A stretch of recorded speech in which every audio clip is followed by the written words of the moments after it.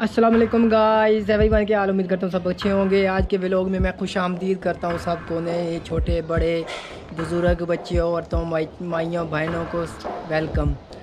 आज के व्लॉग में मैं आपको दिखाने वाला हूँ बारिश का मौसम बहुत अच्छा है। ये देखें आसमान पे बादल छाए हुए हैं, ये साथ एक छोटी सी लड़की बैठी है पर ये भी बीच में आ रही है। इसको हम रिमूव कर देंगे एक तरीके से।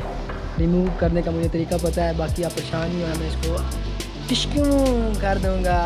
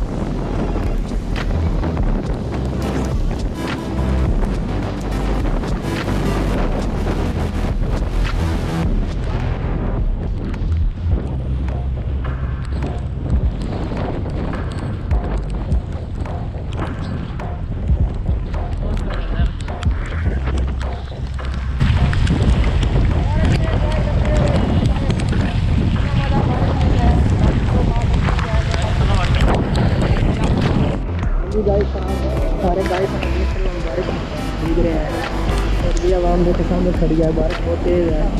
मैंने हेलमेट नहीं उतारा ताकि ना मुझे सर्दी ज़्यादा नहीं लगे, क्योंकि कार में सर्दी ज़्यादा लगती है, इसलिए मैंने हेलमेट नहीं उतारा। और मैं सर्दी स्टार्ट हो गई तो काम मुश्किल हो गया मेरे लिए। सफ़र लंबा करना है।